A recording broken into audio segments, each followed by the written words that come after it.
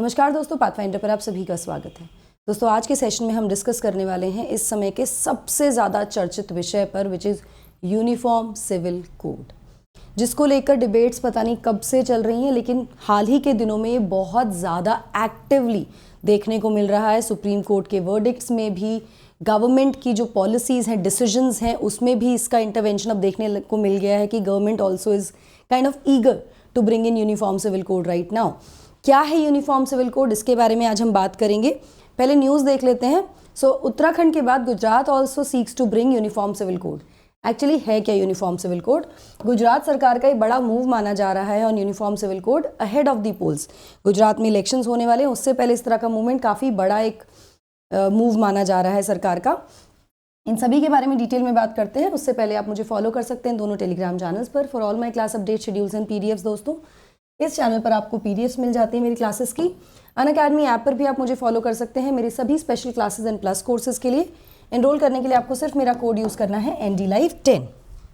चलिए न्यूज़ देख लेते हैं। तो गुजरात के जो होम मिनिस्टर हैं हर्ष संघवी, उन्होंने सैटरडे को अनाउंस किया है कि वो एक कमेटी फॉर्म करेंगे to implement uniform civil code in the state, राज्य में यूनिफॉर्म सिविल कोड लाने के लिए। ठीक है, इसी साल मई में उत्तराखंड ने भी अनाउंस किया था एक कमेटी के बारे में, और कमेटी was led by या committee is led by retired supreme court जज जस्टिस रंजन देसाई, जो इस तरह की एक्सरसाइज कर रहे हैं, मतलब वो भी राज्य में यूनिफॉर्म सिविल कोड लाने के लिए प्रयास कर रहे हैं।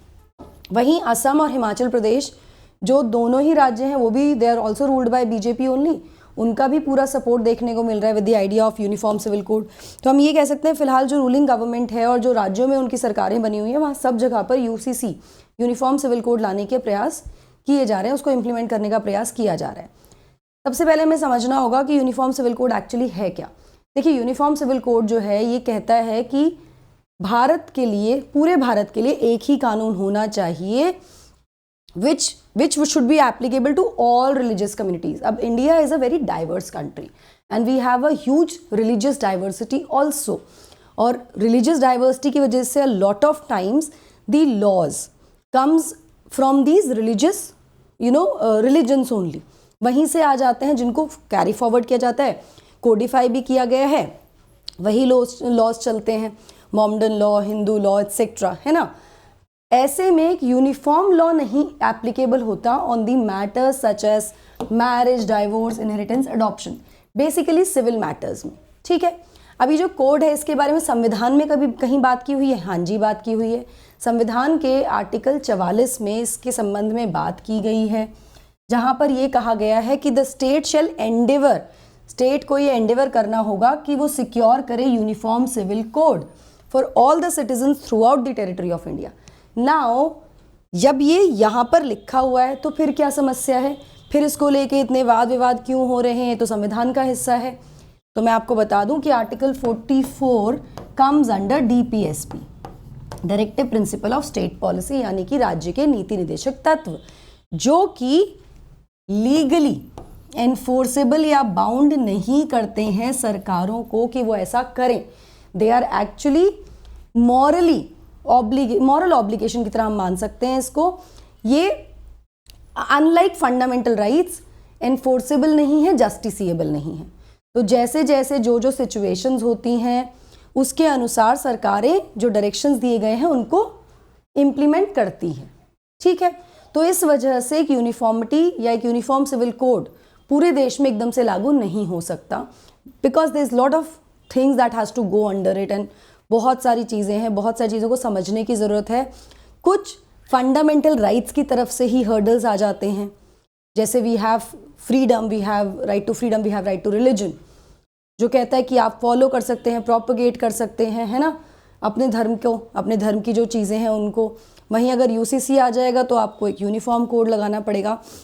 जैसे I tell you an example, अभी हाल ही में 2 जजमेंट्स हैं जिनके बारे में काफ़ी चर्चा हो रही है। एक है हरियाणा और पंजाब हाई कोर्ट का judgement on a minor Muslim girl marriage validity, जहाँ पर हरियाणा पंजाब ने उस माइनर मुस्लिम गर्ल की मैरिज को वैलिड घोषित किया है, जिसके अगेंस्ट फिर जो हमारा चाइल्ड राइट प्रोटेक्शन जो है ना, उसके तहत एक केस सुप्रीम कोर्ट में है फिलहाल। ठीक है, national child right protection committee जो है, हमारी कमीशन जो है, उसके द्वारा एक केस गया हुआ है। उसमें वो कह रहे हैं कि नहीं हो सकता, मतलब जो अडल्ट बच्ची नहीं है वो उसको कंसेंट देने का अधिकार ही नहीं है, तो मैरिज को इनवैलिडेट करना चाहिए।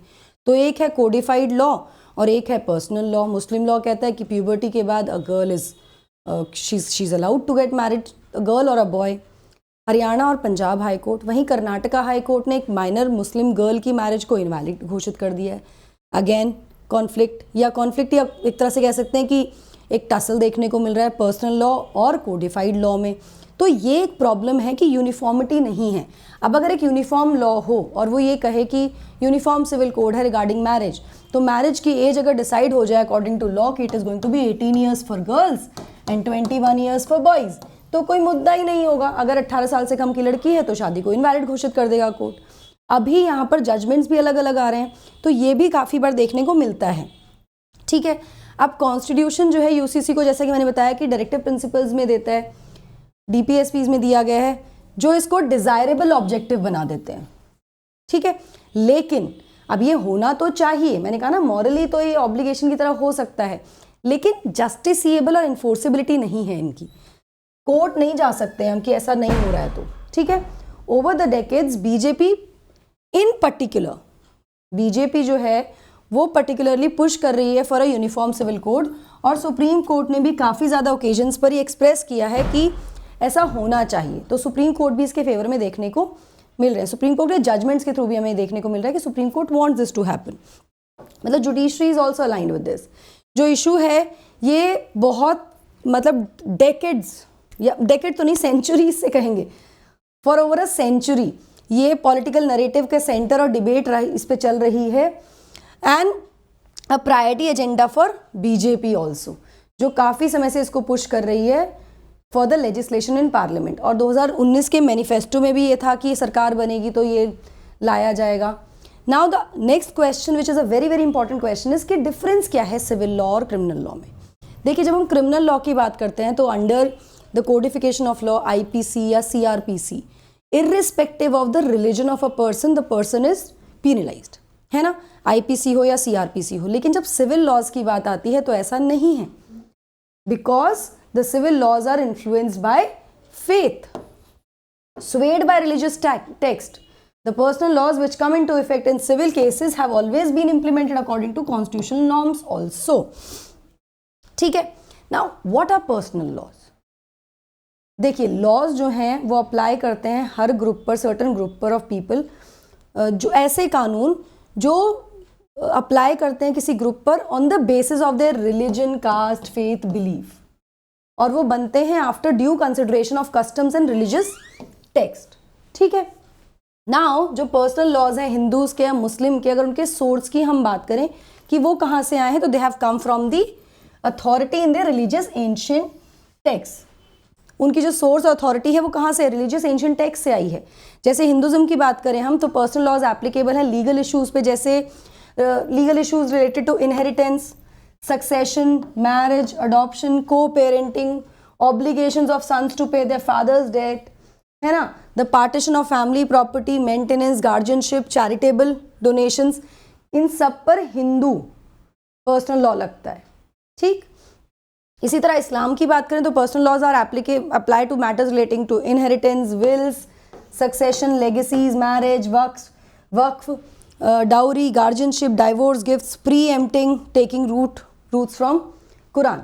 तो यहाँ से क्या आ रहा है, तो अलग अलग धर्मों से अलग अलग लॉज बने हैं जो एप्लीकेबल हैं कहीं पर सेम सिचुएशन पर भी, मैरिज हो, इनहेरिटेंस हो, सक्सेशन हो। अगर कोई हिंदू फैमिली है तो उस पर हिंदू लॉ लगेगा, कोई मुस्लिम फैमिली है तो उस पर इस्लाम के जो मॉडर्न लॉ है वो लगेगा। तो दीज आर पर्सनल लॉज। अभी अगर हम स्टेटस की बात करें यूनिफॉर्म कोड्स की, तो वो क्या है भारत में, तो Indian laws are already uniform in most civil matters. अधिकतर सिविल मैटर्स में वो यूनिफॉर्म है, जैसे कि इंडियन कॉन्ट्रैक्ट एक्ट हुआ, सिविल प्रोसीजर कोड हुआ, CrPC criminal procedure code, civil procedure code is different, CPC, sale of goods act हुआ, transfer of property partnership act हुआ, एविडेंस एक्ट हुआ, इन सब में these are what, civil matters. यहाँ पे यूनिफॉर्म लॉज लागू होते हैं, लेकिन there still some personal laws जो नहीं लागू होते, जो सिमिलर सेम तरीके से नहीं चलते हैं। ठीक है, हाउएवर इन लॉज में स्टेट्स को अधिकार है कि वो संशोधन कर सकते हैं, और स्टेट्स ने बहुत ज़्यादा संशोधन भी किए हैं इन कानूनों में अपने अकॉर्डिंग। तो यहाँ पर चाहे वो हम ये कहें कि सेम सिविल लॉज हैं, लेकिन फिर भी there is a lot of diversity in these laws in certain aspect. अगर हम देश में फिलहाल की बात करें ना, तो Goa is the only state जहाँ पे यूनिफॉर्म सिविल कोड लागू है। ठीक है, चलिए, what would a uniform civil code mean in India? अगर ये लागू होता है तो इसका क्या मतलब होगा? देखिए, सबसे पहली चीज़ तो है कि यूनिफॉर्म सिविल कोड प्रोवाइड करेगा protection to the vulnerable sections such as women, you know, और दी मेजरली जो वल्नरेबल सेक्शंस हैं जिनकी राइट्स का उल्लंघन हो जाता है पर्सनल लॉज के नाम पर। जैसा कि अंबेडकर ने भी कहा था, who included women and religious minorities into the vulnerable section, जो मैं आपसे बात ही कर रही थी अभी, जहां उन्होंने प्रमोट किया था नेशनलिस्टिक फर्वर थ्रू यूनिटी। पर उन्होंने बताया था कि भाई वल्नरेबल सेक्शन में ये वाला ग्रुप आ जाता है, विमेन और रिलीजियस माइनॉरिटीज आती हैं, उनको प्रोटेक्ट करने में मदद करेगा uniform civil code. When enacted the code will work to simplify laws. अभी क्या है, अलग अलग धर्म के अलग अलग टेक्स्ट में अलग तरह से दिए गए लॉज हैं, तो काफ़ी कॉम्प्लेक्स हो जाता है टू अंडरस्टैंड। अब हमको पता है कि मर्डर की सज़ा 302 के तहत फांसी है, it's a simple law, simplified है, पता है। लेकिन मैरिज में, इनहेरिटेंस में, सक्सेशन में there will be different laws for different religion. On the other hand fundamental rights talk about equality before law, है ना, करेक्ट। तो ये सारी जो इश्यूज हैं ये रिजॉल्व हो जाएंगे काफ़ी हद तक, सिंप्लीफिकेशन हो जाएगा लॉज का जो अभी सेग्रीगेटेड है on the basis of religious believes like Hindu code bill, Shariat law etcetera. ठीक है, इसके अलावा ये कोड जो होगा ये सिंप्लीफाई कर देगा कॉम्प्लेक्स लॉज को अराउंड मैरिज, सेरेमनीज, इनहेरिटेंस। ये मैंने आपसे बात ही करी है, क्योंकि सब एक ही बन जाएगा, एक ही तरह का कानून आ जाएगा। साथ में same civil law will be applicable to all the citizens irrespective of their faith. उनके बिलीफ, फेथ के मतलब इररिस्पेक्टिव ऑफ दैट सब पर एक ही कानून लागू होगा। ये इसके बेनिफिट्स होंगे। नाउ ये तो हुआ बातचीत। अब इस संबंध में जुडिशरी के द्वारा भी काफ़ी ज़्यादा प्रयास किया गया है to bring in uniformity in the laws. जैसे कि कुछ जजमेंट्स हैं और जिसमें उन जजमेंट्स में उन्होंने सरकार को भी कहा है कि सरकार should move towards a uniform civil code. ऐसा लेजिस्लेशन होना चाहिए, लॉ बनना चाहिए, जिसमें दो जजमेंट्स का हम यहाँ जिक्र कर सकते हैं, Shah Bano case and the Sarla Mudgal case. दोनों ही केसेस में पर्सनल लॉज कुछ और कह रहे थे, लेकिन उनको साइड करके जो कोडिफाइड लॉज हैं उनको एक तरह से प्रेफरेंस दी गई, बिकॉज राइट्स की बात आ रही थी।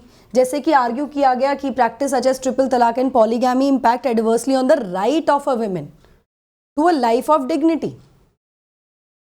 आर्टिकल 21 उसका उल्लंघन हो रहा है, ट्रिपल तलाक या पॉलीगैमी जैसे जो सोशल इवल्स हैं उनसे।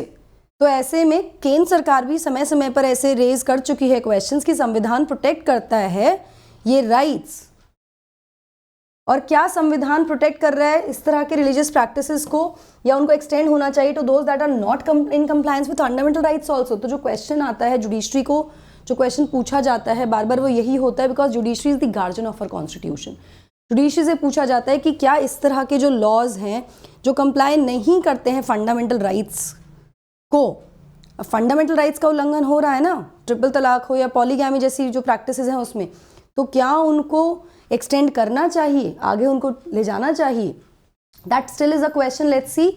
अभी थोड़ा समय लगेगा इस पर हमें और बेहतर समझने में इस चीज़ को, और शायद इम्प्लीमेंटेशन जितना जल्दी हो उतना शायद बेहतर होगा, जिससे कि हम कुछ बेसिक चीज़ें जैसे vulnerable section of the society को प्रोटेक्ट कर सकते हैं, जेंडर जस्टिस हम स्टैब्लिश कर सकते हैं इस तरह के कानून को लाने के बाद, अगर यूसीसी आ जाता है, इम्प्लीमेंट होता है। इस तरह की बहुत सारी चीज़ें हैं जो पॉजिटिवली यहाँ पर हो सकती हैं।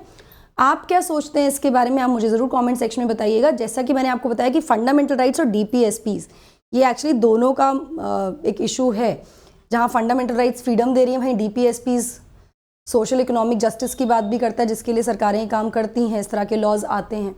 आपका क्या मानना है मुझे कमेंट सेक्शन में ज़रूर बताइएगा। नाउ अनअकैडमी सब्सक्रिप्शन लेने के लिए दोस्तों आपको सिर्फ मेरा कोड यूज़ करना है NDLife10 to avail 10% discount on any subscription that is there on Unacademy plus combo, iconic and optional subject. इसी के साथ बैचेस मैं बता दूं आपको 27 तारीख से शुरू हो चुके हैं हमारे 23 के अल्टीमेट बैचेस हैं ये। CSAT आपके प्रिपरेशन को हैम्पर ना करे, आपकी सिलेक्शन को ब्लॉक ना कर दे, इसके लिए make sure that you go for the CSAT batch at a discounted price. आज आखिरी दिन है, go for it now. The code that you have to use is ND Live 10 here. Compete is now live. Battle and know where you stand along with winning a lot of prizes. UCSC will be conducted on 13th of November. सुबह 11 बजे. Description box में details given है, अभी जाकर enroll कर लीजिए. Loan facilities there with 0% EMI, ये भी आप अवेल कर सकते हैं. नाउ मेंस टेस्ट सीरीज की हमारी जो टेस्ट सीरीज थी उसमें 79 जो क्वेश्चंस आए थे UPSC CSE GS मेंस के इस बार, उसमें से 57 क्वेश्चंस डायरेक्टली और इनडायरेक्टली हमारी टेस्ट सीरीज से थे. तो इनका बेनिफिट आप भी उठाइए, अभी जाके एनरोल कर लीजिए. Last mile which is the interview guidance programme, इसके लिए भी आप एनरोल कर सकते हैं. This is free interview guidance programme for 2022. DAF analysis होगा, मॉक इंटरव्यू होंगे, current affair class, state specific classes मिलेंगी. डिस्क्रिप्शन बॉक्स में सारी डिटेल्स गिवन है. डाउट ब्राउज फीचर को भी आप अवेल कर सकते हैं, जहां पर आप UPSC CSE mains GS paper, GS के जो 2021 के PYQs हैं उनको अच्छे से तैयार कर सकते हैं. So that is it from my side guys. Now this topic is a little elaborate topic. मैंने बहुत कन्फाइंड तरीके से आपको पढ़ाने की कोशिश की है with relevance to the news that was there. It needs a little more elaboration. But आप लोग की कंप्लेन होती है कि मैम सेशन छोटा कीजिए. अब इससे छोटा सेशन मैं नहीं कर सकती, इससे कम समझाए बिना UCC समझ में नहीं आएगा. I hope you like the session. Don't forget to like, share and subscribe to the channel and also hit the bell icon so that you get notifications about our latest updates. Thank you so much. God bless.